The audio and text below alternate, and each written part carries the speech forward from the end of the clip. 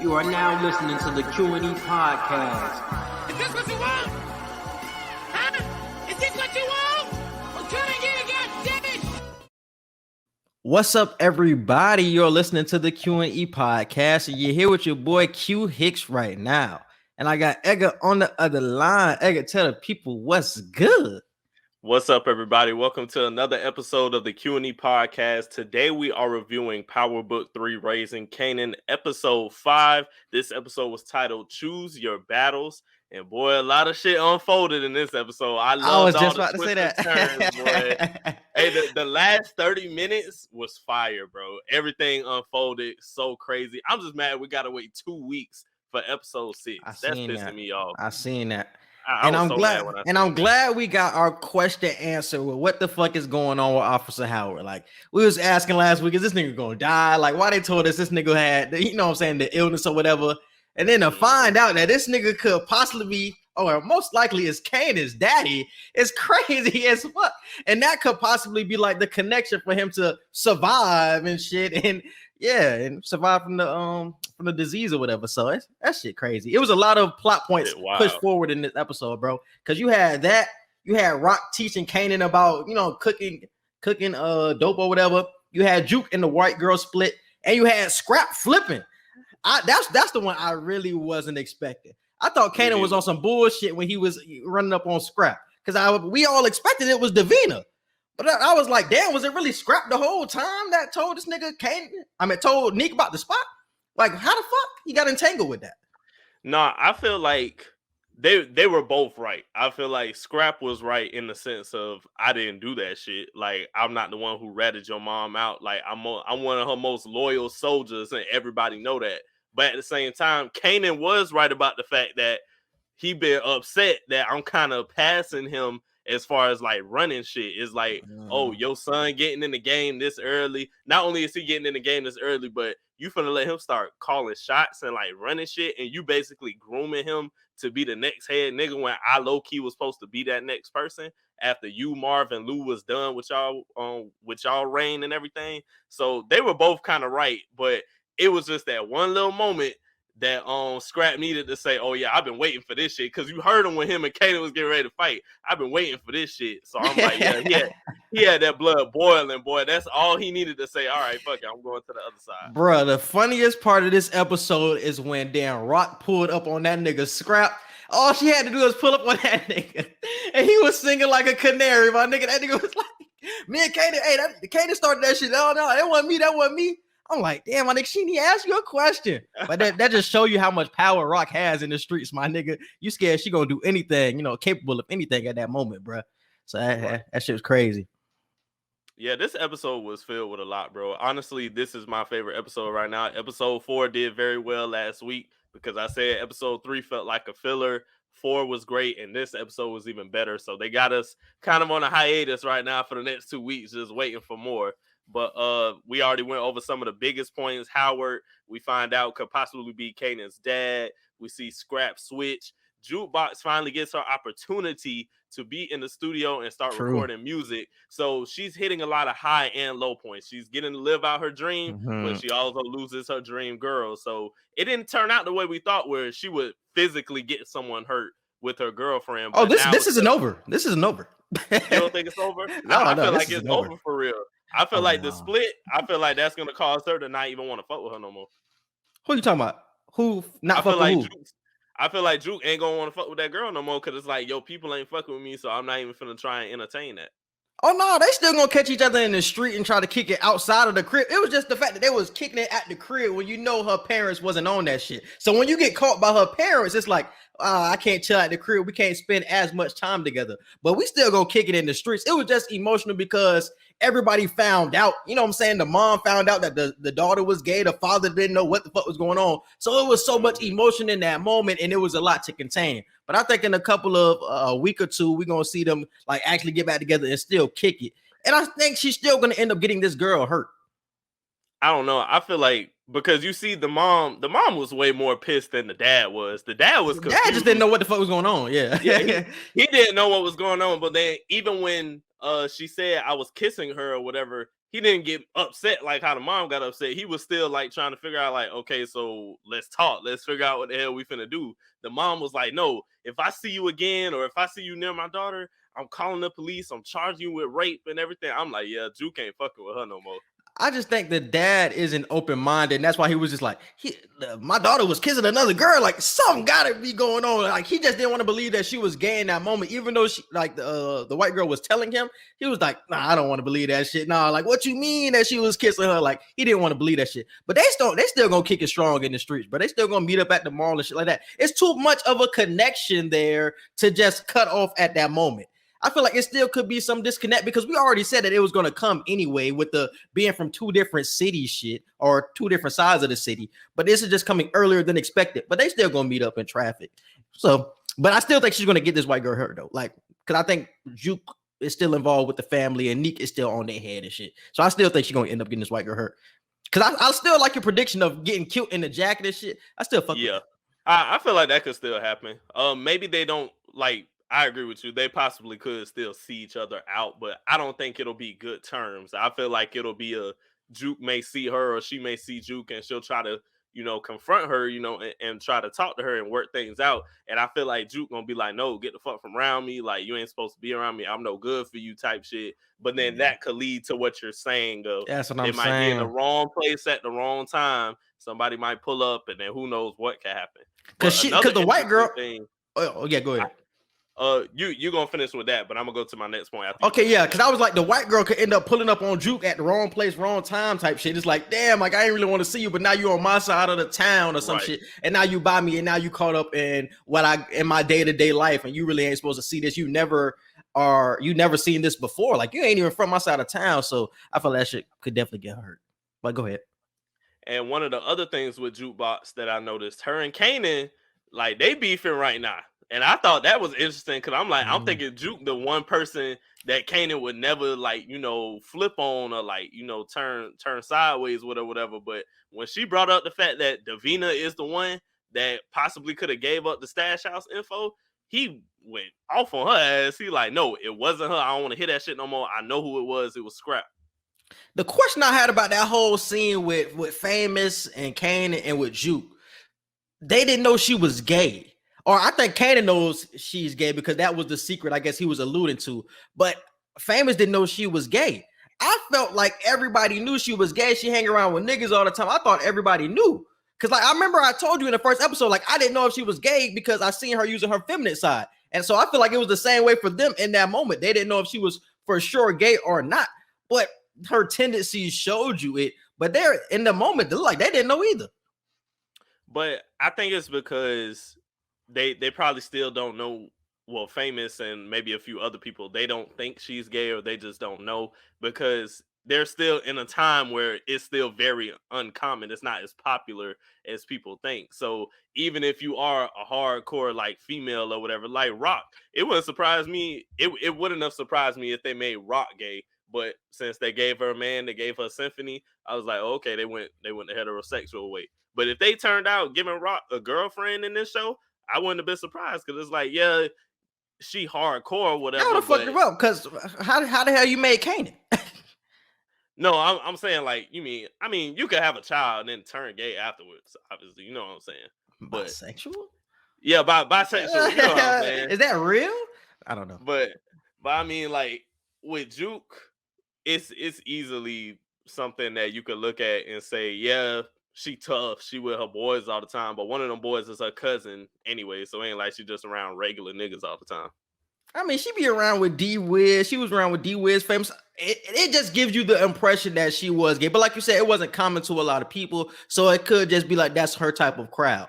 But I don't know. I remember saying that in the first recap, though. I don't remember. I didn't get that impression that she was gay. And I guess they didn't either. And that was my biggest thing about that. So it was surprising when Kanan had ended up saying yeah, I know your secret, nigga. And she was just like, oh shit, my secret. He know I'm gay. I'm just like, damn, I thought more people knew about that than just her.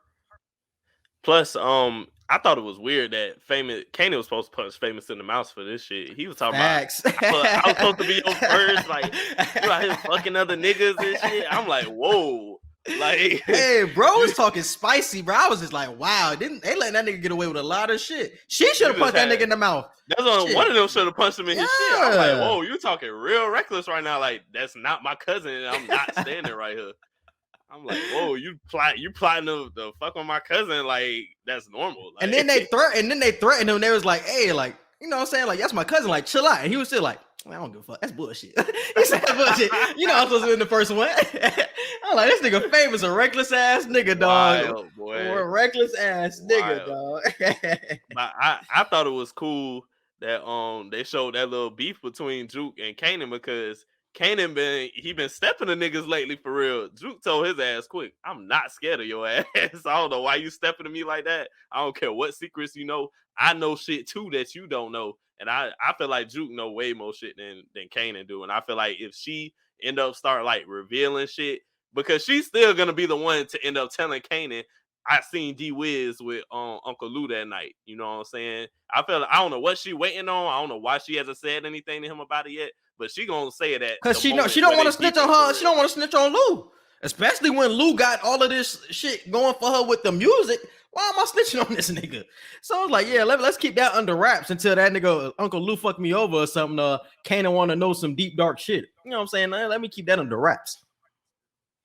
Yeah, I thought that was cool. What else happens? What else? Damn.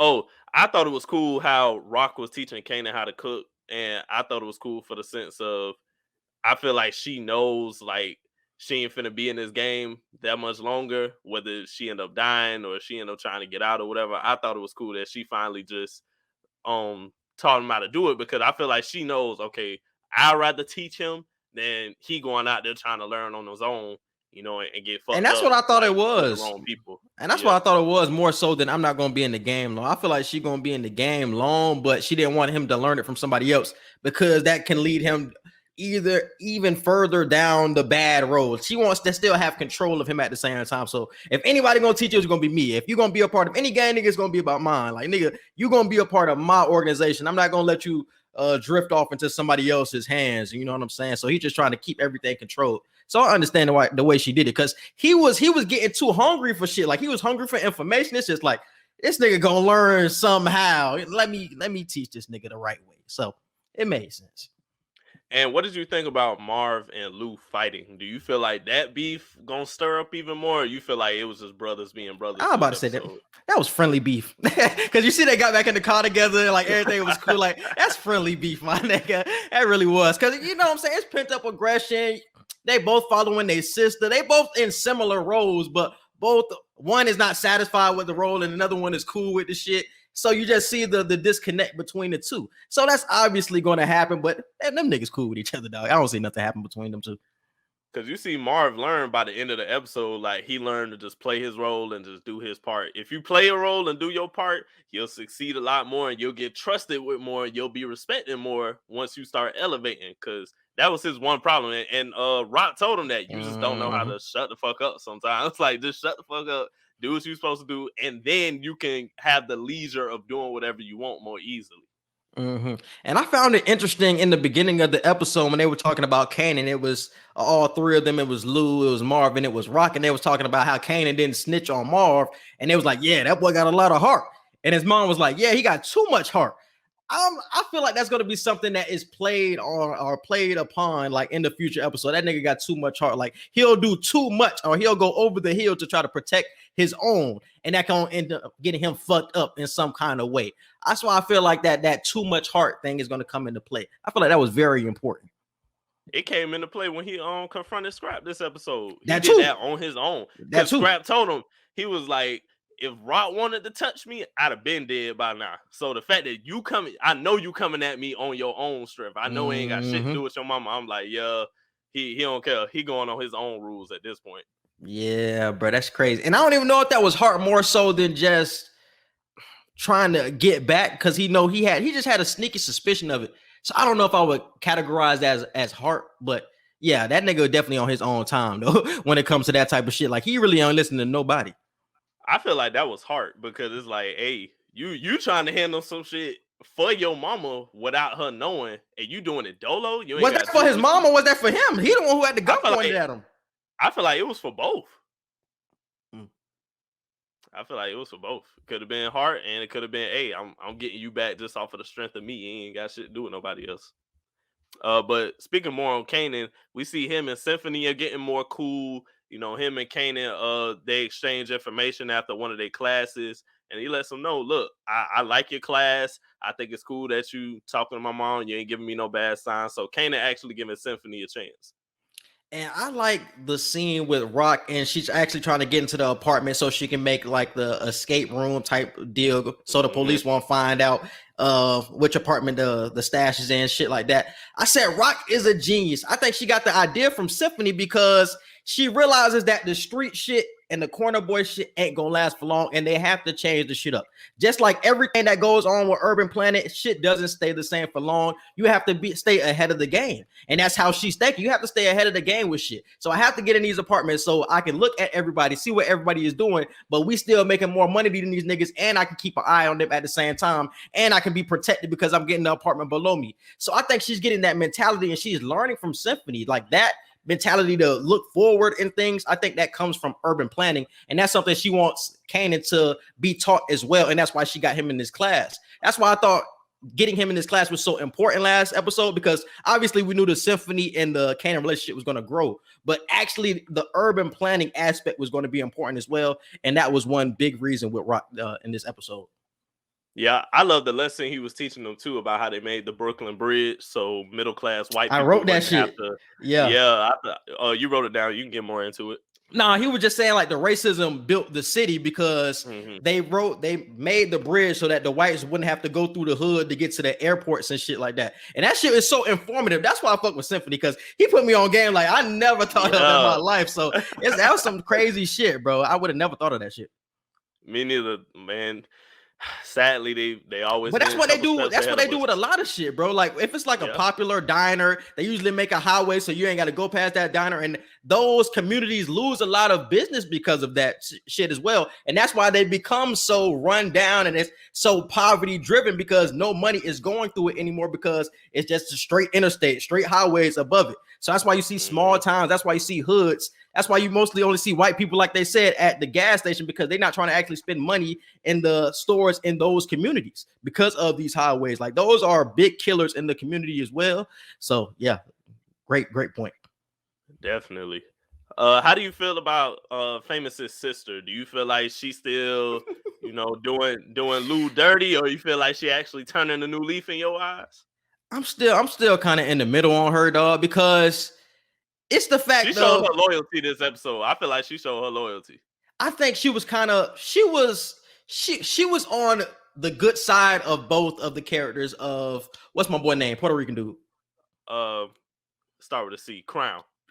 So she was on the good side of Crown and of my boy Lulu. So either way, she was going to be good, and that's why I feel like she's still like kind of in the middle to me, because Crown we end up finding out that he's not paying anybody involved with the production and of the music. So we see that Lulu steps in and ends up paying everybody off. So he's going to end up overtaking this shit basically, and that's how he ended up getting Jukebox on the track.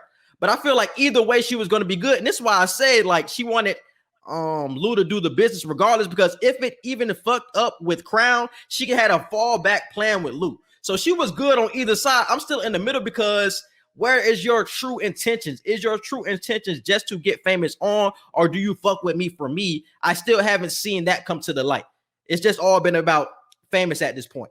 I haven't seen your true intentions, and that's what I'll say. Yeah, the jury is still out. I just feel like this episode she showed a little bit more.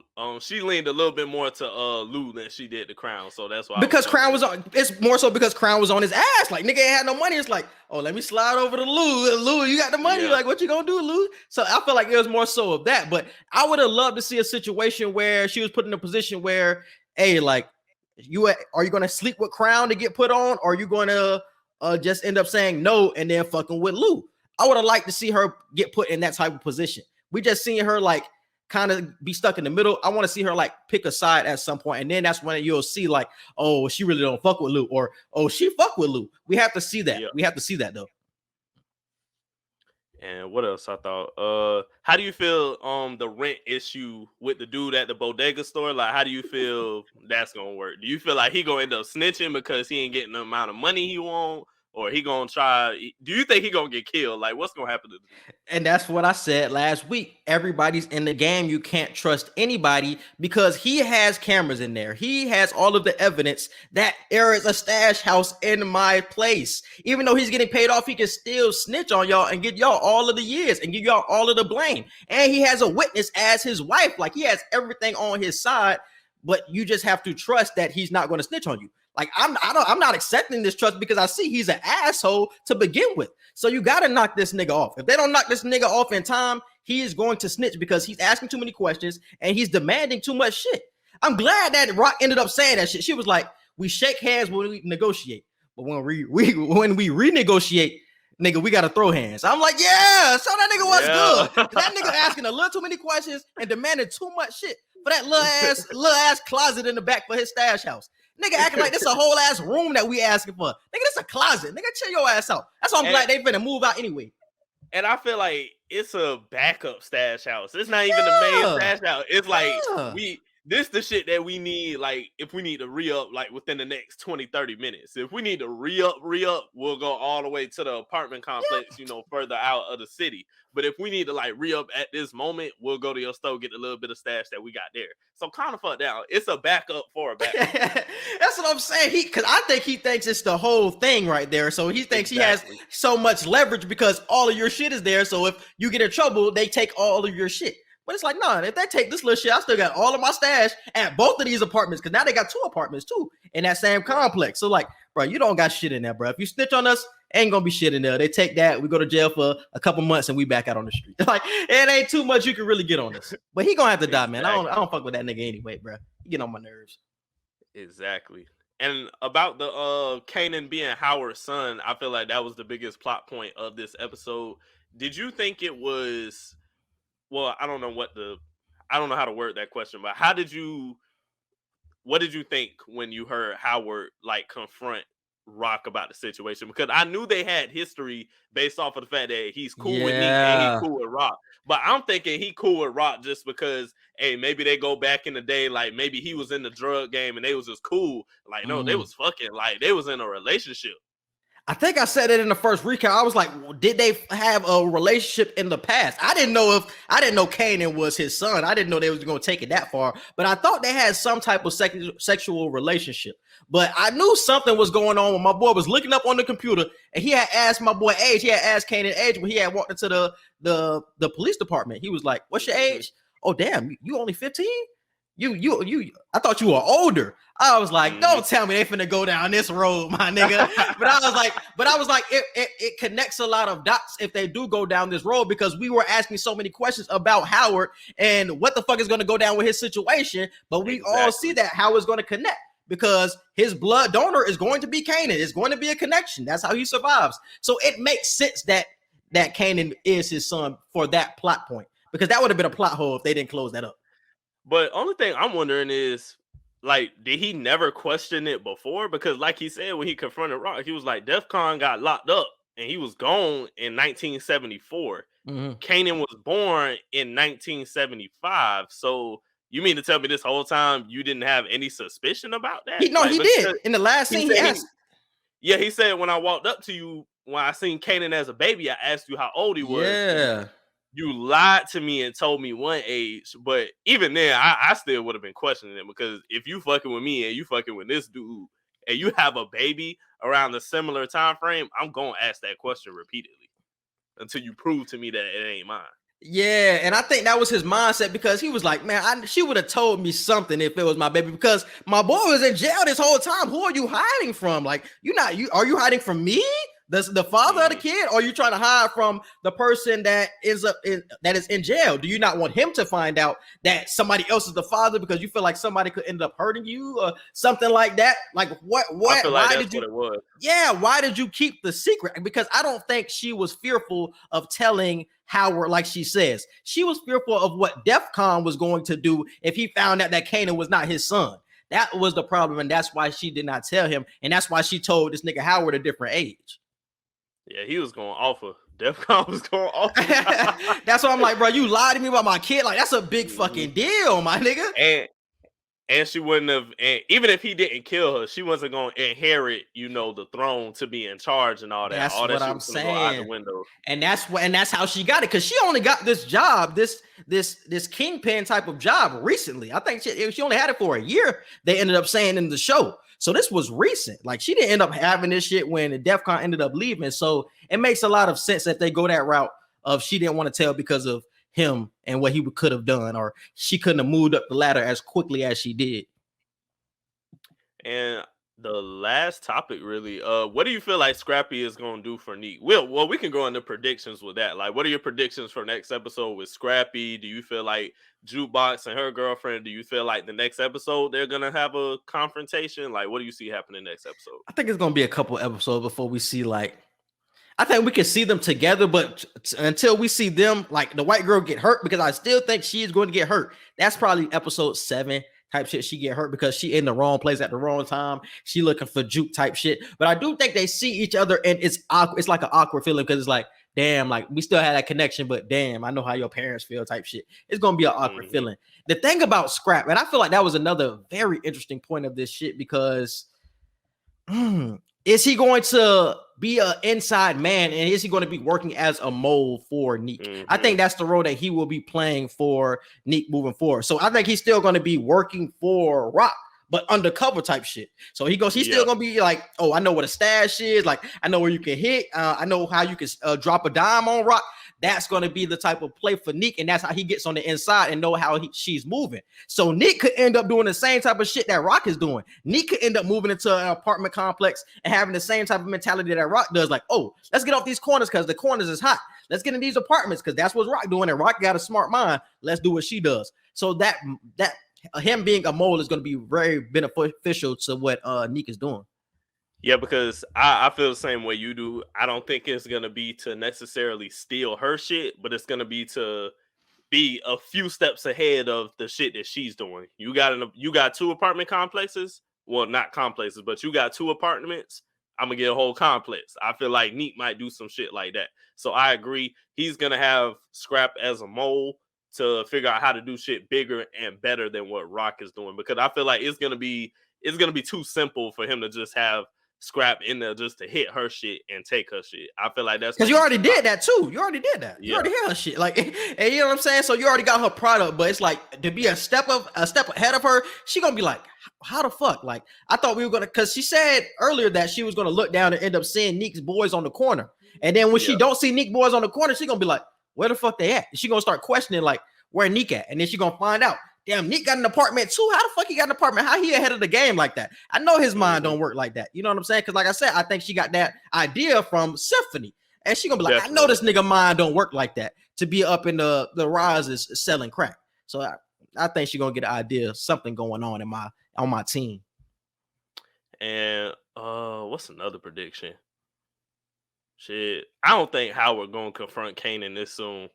I feel like they're gonna say that for like episode 8 or some shit. True, but he definitely gonna tell that nigga that he's his son. Yeah. You know, that's definitely going to come. And I don't know how he's gonna react to being told that he's a son of a cop. I don't know how he's gonna react to that. And this honestly connects to what I've been saying about Jukebox, and how I feel like she's gonna have a connection to Officer Howard and how she becomes an officer down the line. I think Officer Howard was a big reason for that. And once he becomes like a part of the family, and once Kanan actually ends up finding out that Officer Howard is his dad, is like, okay, now we can be cool with cops. And I see how Officer Howard actually ends up running the streets, and that's how she ends up wanting to be a police officer. I think that connects the dots even more. So I like that. I like that idea. Yeah, that's how she ended up running with that. What's another prediction? And somebody ended up.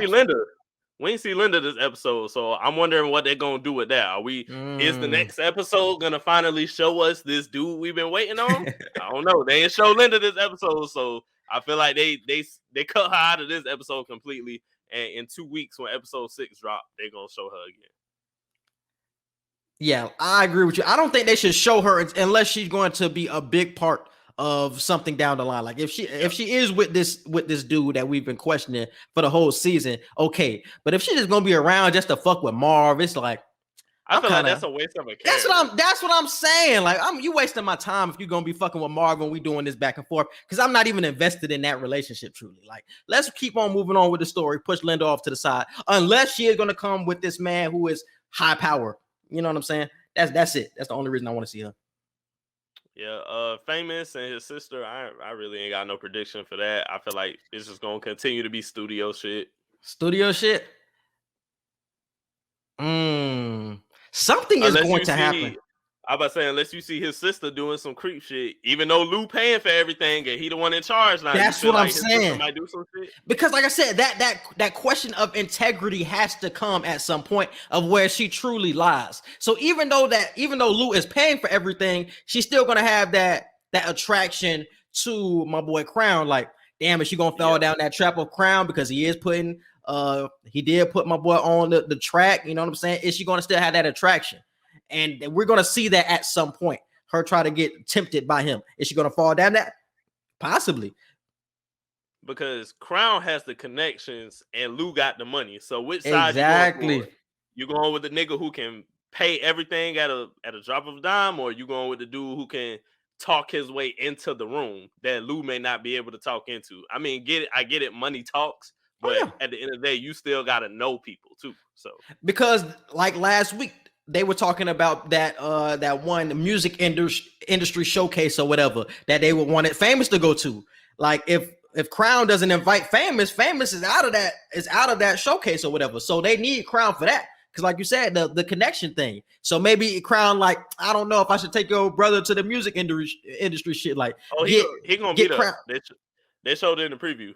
It's gonna be some shit that go off at the music festival. They show Famous performing. They show Jukebox. They did. A fight broke out and all that shit. So some shit finna happen. Because my boy Lou was fighting too. Lou and Marv was fighting. Yeah. So I don't know. I don't know why they weren't fighting because old girl was having sex and that was a big ass fight though. So I don't know who they was fighting. I don't know why Marv was fighting, but Lou was definitely in there. Was they fighting neat people? Because that was a big ass fight for a showcase.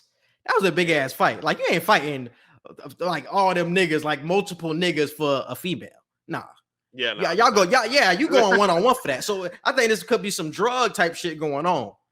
Because I don't think they're gonna find out so soon that Scrap is working with Neek. I think that's gonna take a couple episodes to actually figure out. And I think Kanan is going to be the one to figure this shit out. Like, oh, this nigga a mole. We gotta smoke this nigga. Because Kanan was a similar type of nigga in Power. Like, he pick up on shit before so many other niggas. And that's why we got the scene in this episode that he ended up finding out that Scrap was kind of involved, but he wasn't the one who ended up getting the spot. You know what I'm saying? The spot hit.